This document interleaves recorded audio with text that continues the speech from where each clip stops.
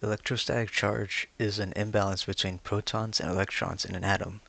The protons are fixed to the nucleus while electrons occupy orbitals and can move between atoms.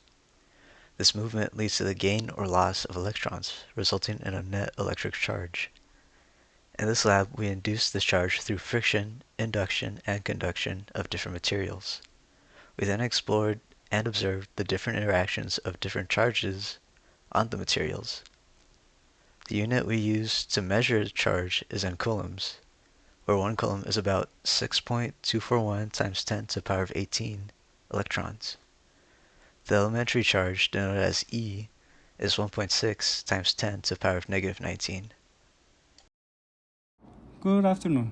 My name is Alejandro Tarin, and today I will be presenting the materials we used to complete our lab number 2.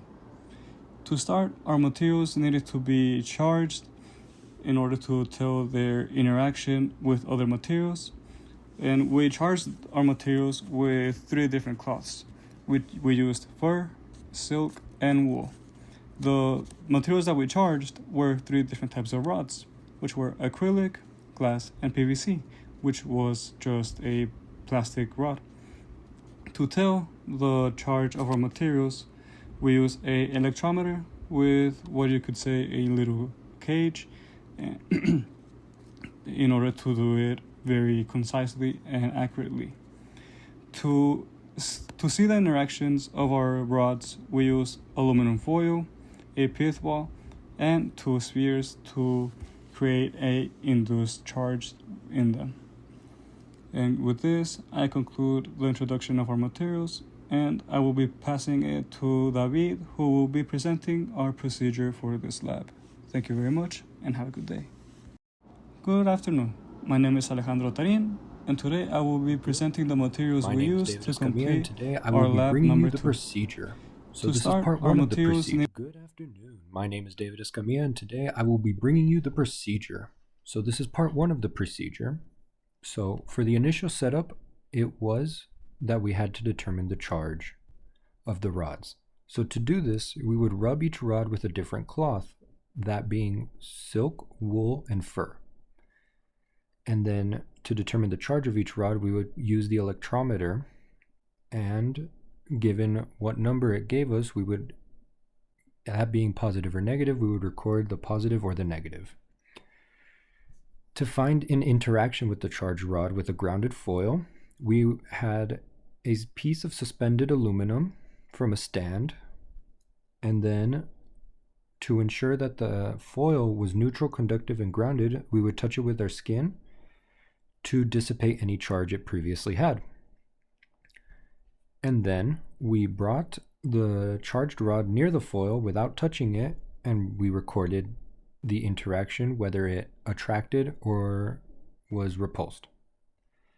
With part B, it's the same, but this time it's the same as part A, but with contact. So we would charge the same rod with the appropriate cloth, and we would touch the dangling aluminum foil and then remove the rod. And we would bring it together again to the aluminum foil and see if it touched, or without touching, and to see if it was attracted, if the aluminum foil ball was attracted to the rod or if it was repulsed by it.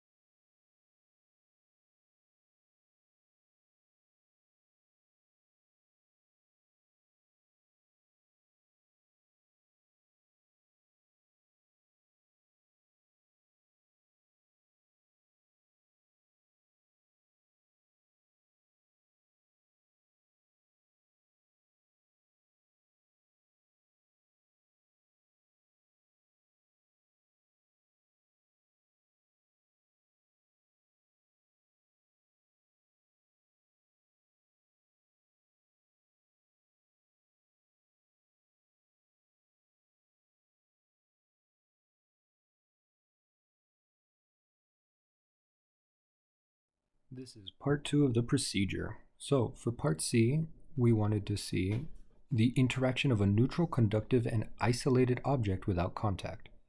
So we had a suspended pith ball that is electrically isolated. We charged a rod using the appropriate cloth, that being silk, fur, or wool. And then we brought the rod close to the pith ball and observed. We recorded our observation. For part D, it was the interaction of a neutral, conductive, and isolated object, this time with contact. So we repeated the setup from part C with the isolated pith ball. We charged the rod again with the appropriate cloth, and then this time we touched the pith ball with the charged rod. We separated the two balls and then brought them back near each other. And then we predicted whether the ball would be attracted or repelled.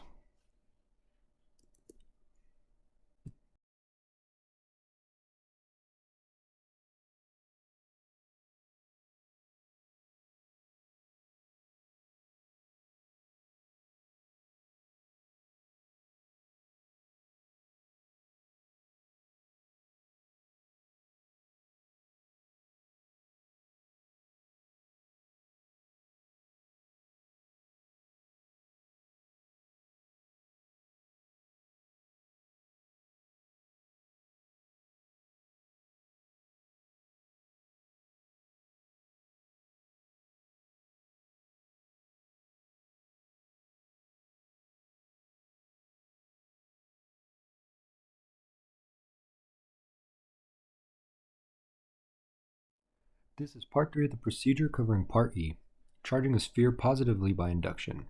So to do this, we would place a metal sphere on the insulating sand to isolate it while touching another metal ball nearby. We will bring a negatively charged rod close to the sphere without touching it so it can transfer its charge. And to have a negatively charged rod, we will get a material like PVC and rub it with either fur, silk, or wool. And while the sphere is being charged, we will separate the metal sphere that is further so it can take the negative charge, and the positive charge will stay with the closer one. We will then remove the charged rod and test the sphere with the electrometer to verify that it is positively charged. And then after we get the successful procedure, we will record it. Now on to Jose Osuna for the data analysis. Thank you. This is part 3 of the procedure covering part E, charging a sphere positively by induction. So it's not the charge, whatever charge it gains. So it always attracts. This was negative. Right? Yeah, correct. This is spiritual. If you do same thing over here, it will have this opposite you can experience of this. So this will show different. If they wouldn't. At first it will attract.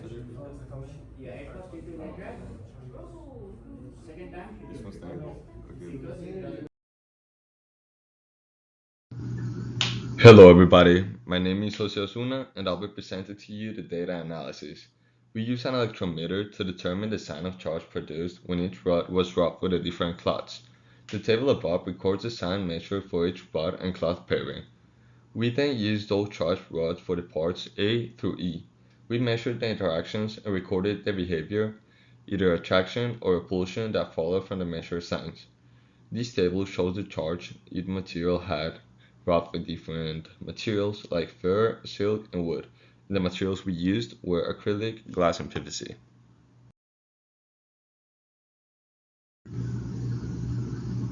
Part A. Dangling aluminum foil, neutral, conductive, grounded, and no contact. Our prediction for this activity was that it will be attracted. The observation we had is that when a charged rod was brought near the grounded foil without touching, the foil was attracted in every trial.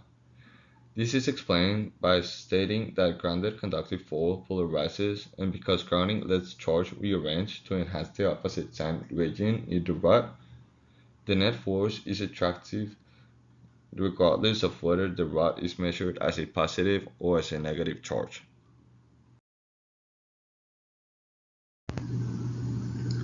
Part B. Dangling aluminum foil with contact then separated. Our prediction for this activity was that the foil will be repelled. The observation we had during this is that after touching the foil with the charged rod, the foil was repelled when the rod was brought close again. This showed charging by conduction. The rod transfers some of its charge to the foil. Since both objects had the same type of charge afterward, repulsion occurred in this activity.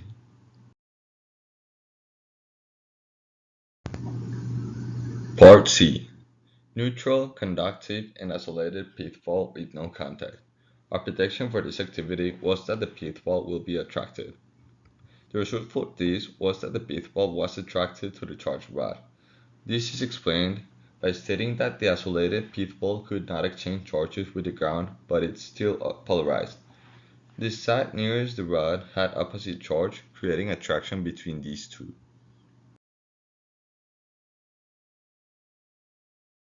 B. Neutral, conductive, and isolated pith ball with contact. The prediction for this activity was that the pith ball will be repelled. The observation we have for this part is that after contact with the charged rod, the pith ball was repelled. The result for this, once again, is that charging by conduction creates an effect, causing the pith ball gaining the same charge as the rod. Like charges repel, so the rod pushed the ball away.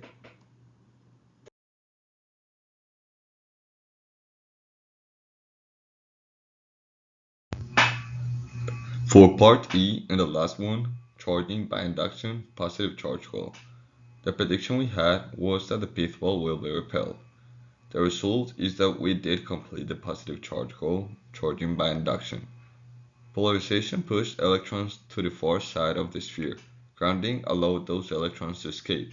When the grounding rod were removed, the loss of electrons left the sphere with a net positive charge. Now I'm going to leave you with my teammate Ari for the conclusions.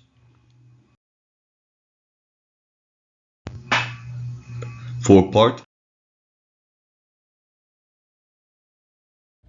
This lab showed that neutral objects are attracted to charged ones due to the polarization, while contact transfers charge and causes repulsion between the like charges.